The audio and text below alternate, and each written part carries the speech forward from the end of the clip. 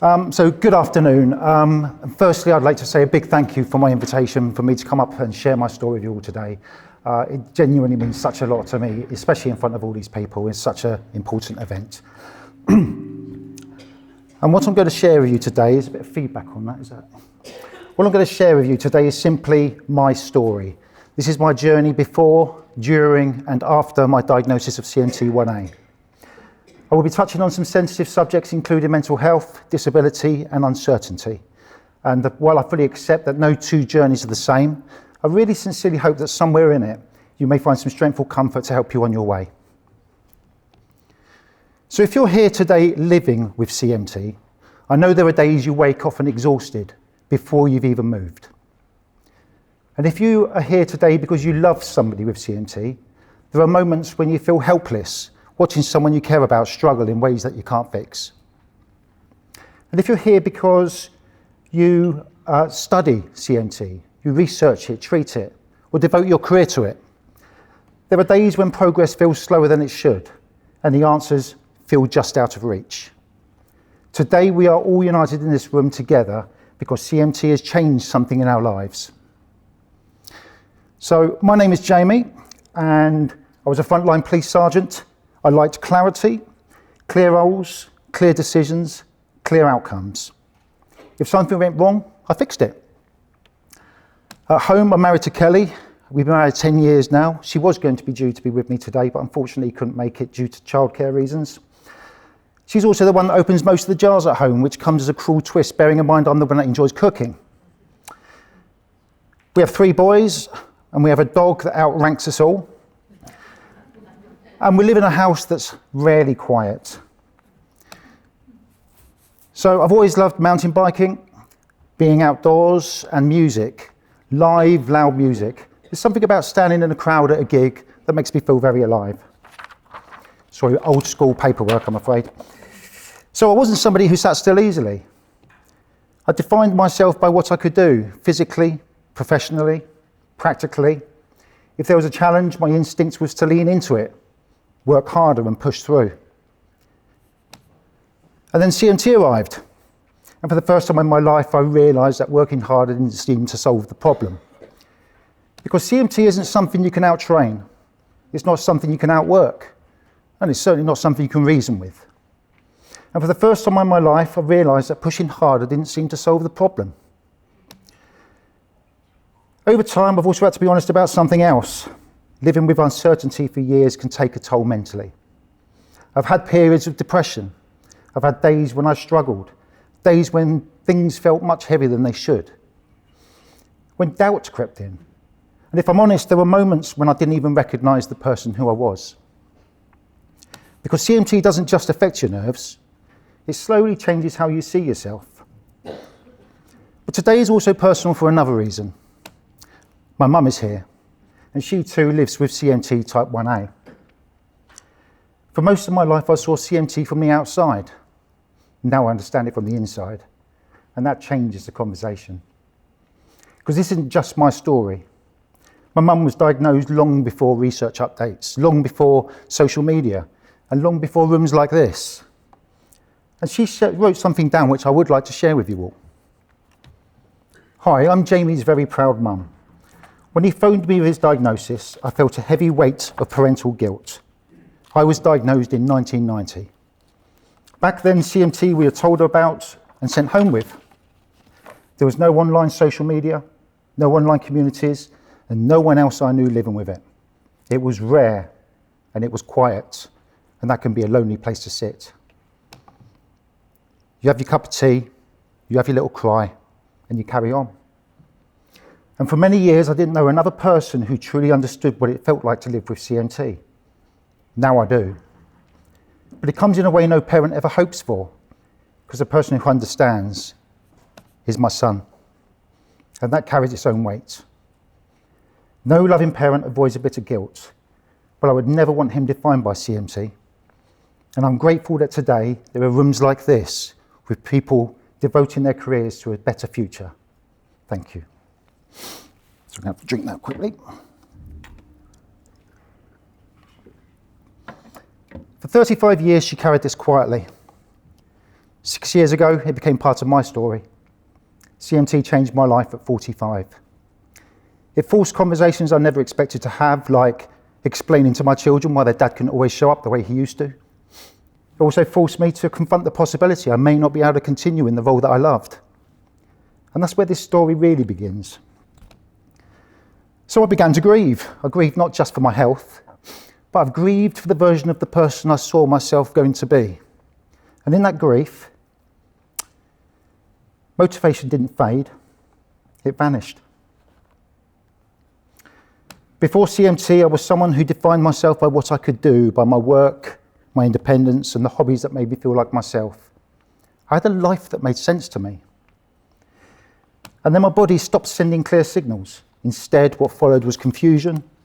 And some days when I just sat with the reality of it and wallowed in self-pity. And eventually it left me with the question that brings me here today. What do you do when the body you live in no longer supports the life you imagined?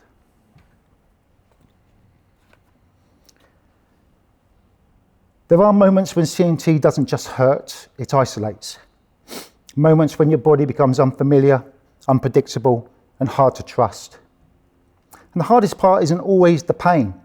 Sometimes it's the feeling that nobody else truly understands what it's like to live in your body. So I remember hearing the words of my diagnosis. It was said in a language I was yet to understand. I understood the symptoms, didn't understand what my future would mean for me or for the ones that I loved. Long-term treatment plans, medical outcomes meant very little to me at the moment. What mattered were the small things, like the way I used to move without thinking, the future that I assumed was waiting for me, the impact this would have on the ones that I loved, and whether I'd ever feel like myself again, physically and mentally. The diagnosis gave me a name, but it took away my certainty.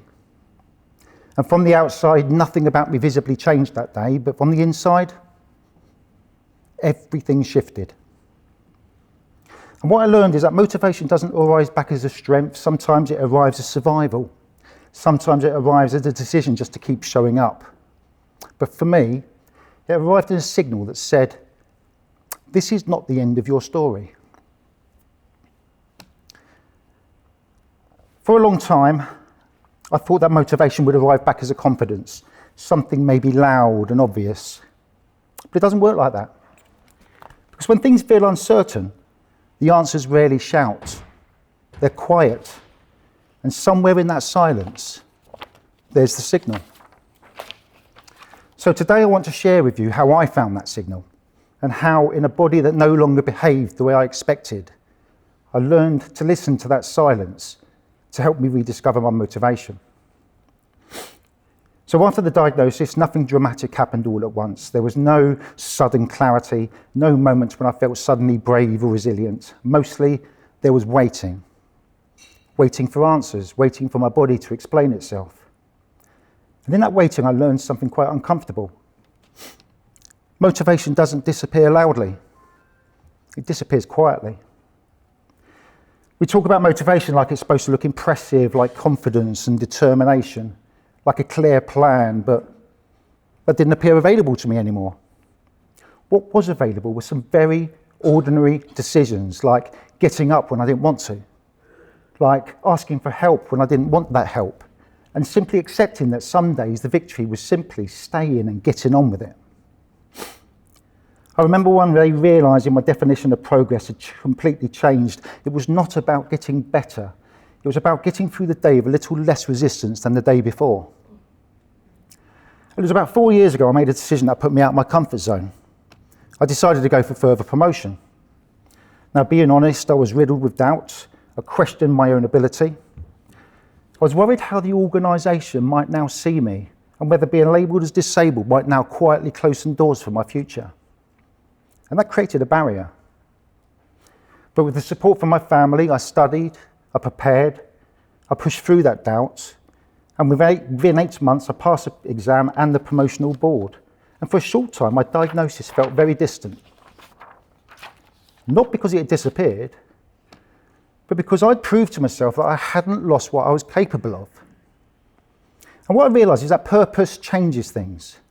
Having something to strive towards didn't cure my CMT, but it reminded me I was capable of growth. So going back to those who devote their careers to CMT, I would like to say this. I think I was supposed to press a button, and yes I was, sorry. Progress isn't only measured in outcomes.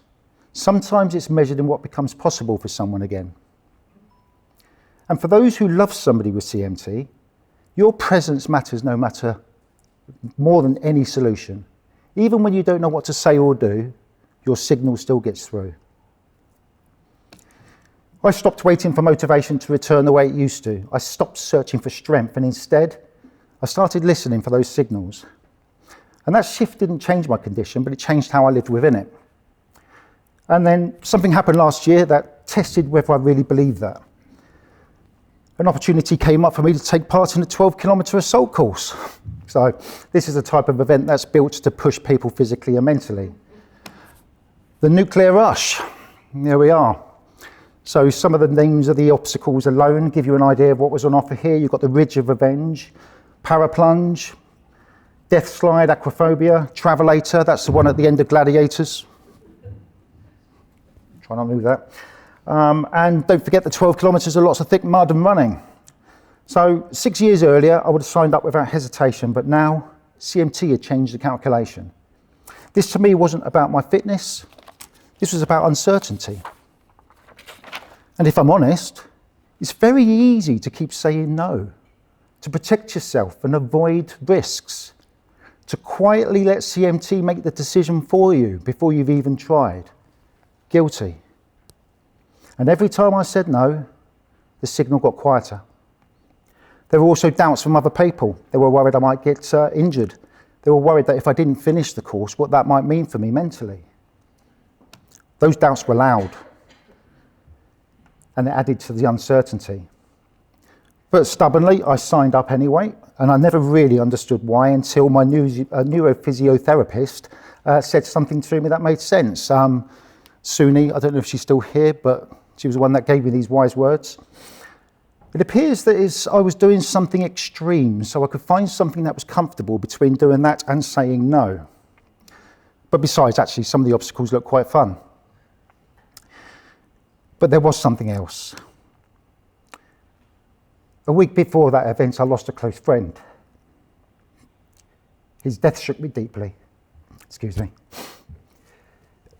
It reminded me how fragile momentum can be, how quiet struggles can become overwhelming, and how important it is to reach for connection when things feel dark.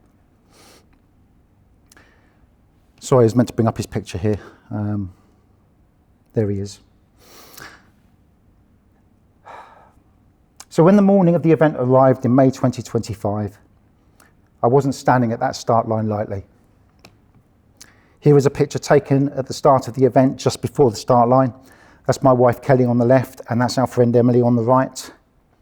And here, I wasn't just carrying CMT, I was also carrying grief. But I was also carrying a signal that said, life is not something to postpone. This to me was not about the outcome, it was about taking a step forward and trying my best. Just going to lift the room a little bit after that one. That was hard to talk through, sorry. So subscribers to CMT UK might recognise this picture. It made the front page of the Comment magazine summer of 2025. If anyone wants an autographed copy, I can make myself available at the end of the day. Please form an orderly queue. Nice in the toilet wall, perhaps. So when you look at this photograph, what do you see? Mud, and me flicking the microphone. I see relief. I see a moment when I stopped calculating risk, stopped analysing symptoms, and stopped asking that question, what if tomorrow is worse? And for a few minutes, I wasn't the person with CMT, and I wasn't the person carrying grief. I wasn't exactly someone being careful. I was being human. I was reminding myself that fun is still allowed, joy is still available, and that my identity is bigger than a diagnosis. So this photo makes me laugh. On the left, you've got me stumbling around in the mud, falling all over the place, legs like a baby giraffe. And on the right, you've got what I can only describe as a Greek statue floating across the surface of the mud. If you ever wanted a visual representation of CMT next to fully functioning lower limbs, this might be it. So the question is, did I wish I was that man? Strong and balanced? Honestly, no. That day wasn't about comparison. He may have been carrying his own silence. It was about participation. He and I were in the same mud, and the only difference was how we both moved through it. And I was being exactly the man I was capable of being at that moment. Awkward, unstable, determined, and smiling. As was my wife, because she quite fancied him. I think she took the photo, actually. I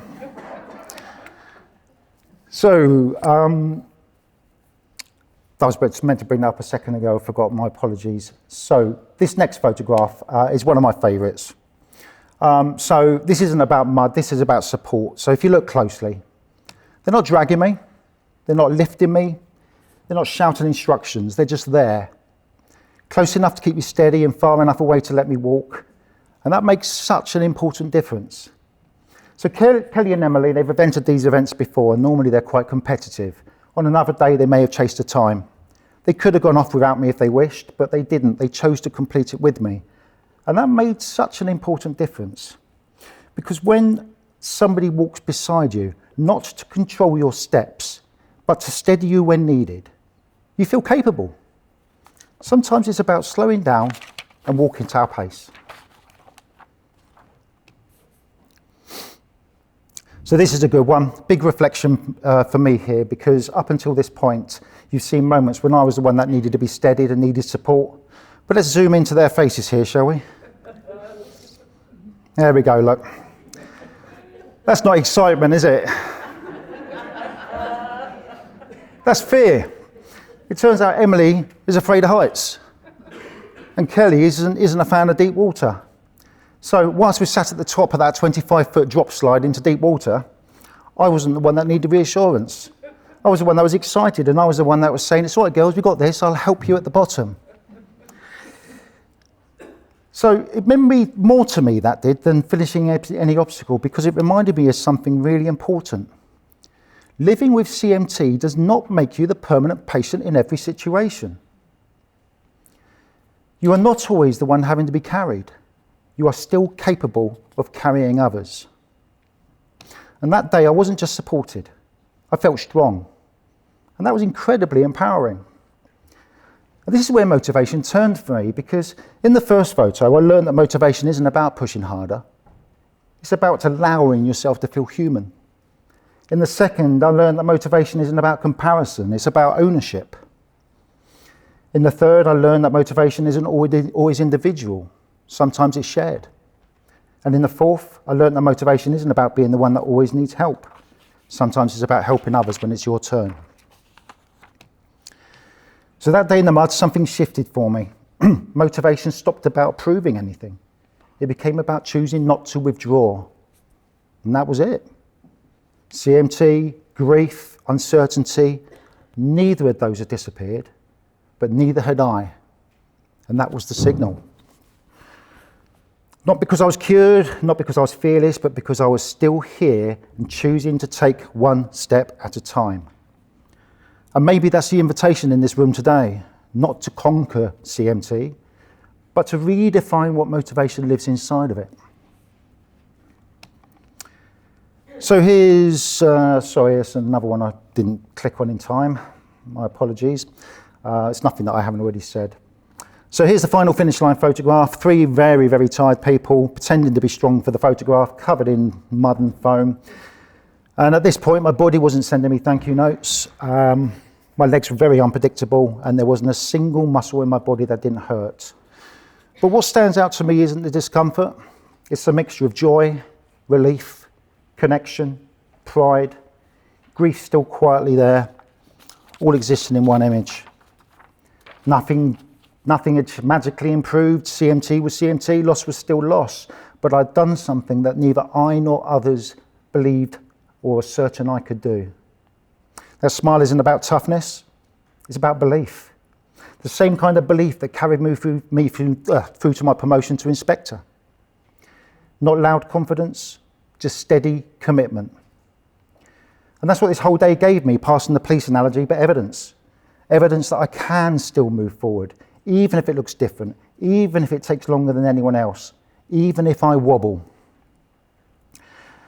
Before we move on, I'd just like to share a few photographs from the day. No great long messages attached, a few one-liners perhaps. I think sometimes the best way to understand what I went through on that day is just to simply see it in images. So I'll just hover over them for a few seconds. And then I realised there was a camera. Ready?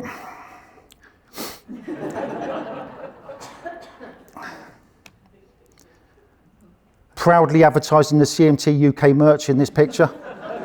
Grab yourself one on the way out, they're very comfortable. I have no idea what Kelly saw here, I could only assume it was a Greek statue.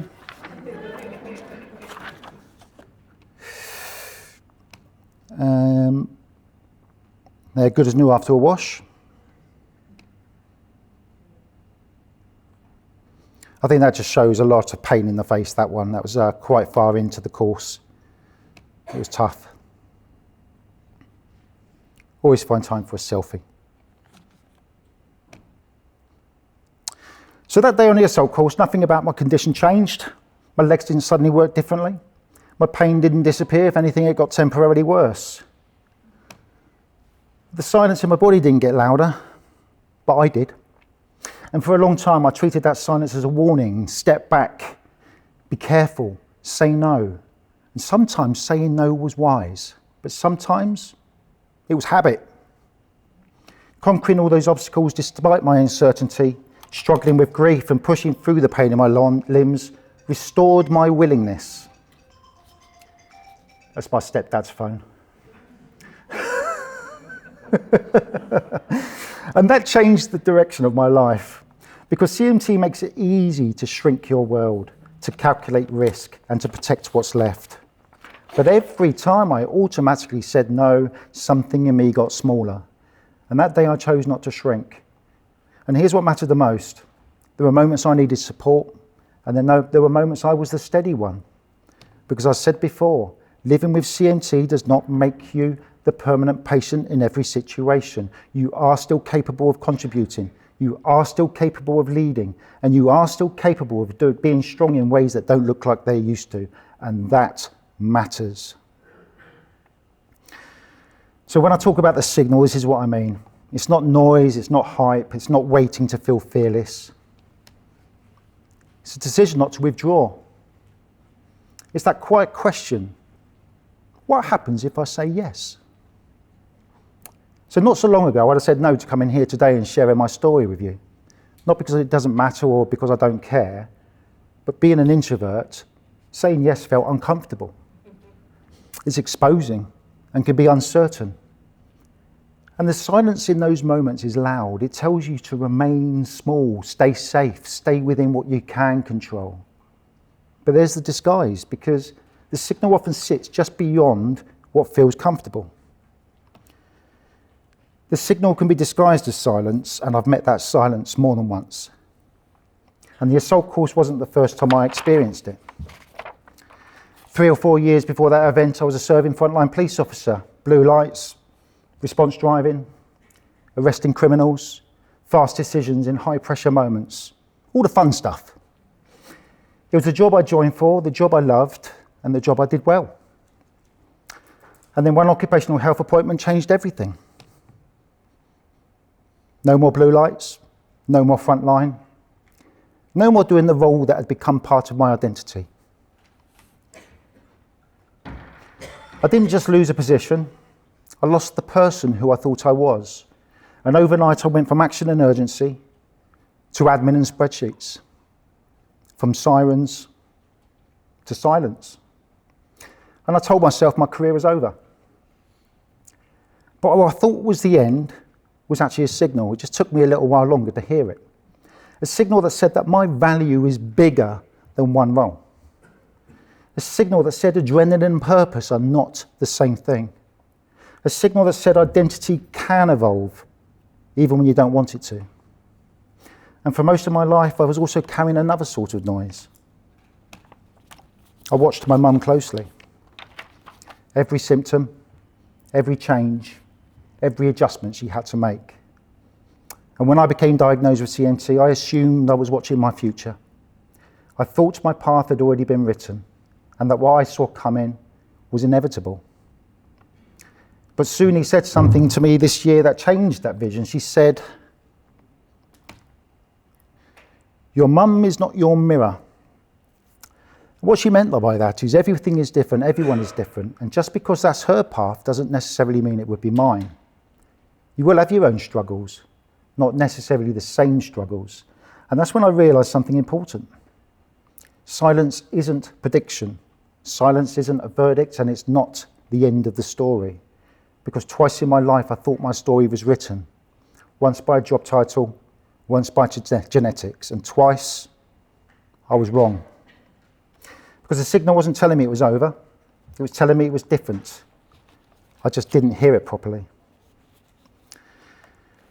Now your assault course might not look anything like mine, but if it is, then I wish you the best of luck. It's a tough old course.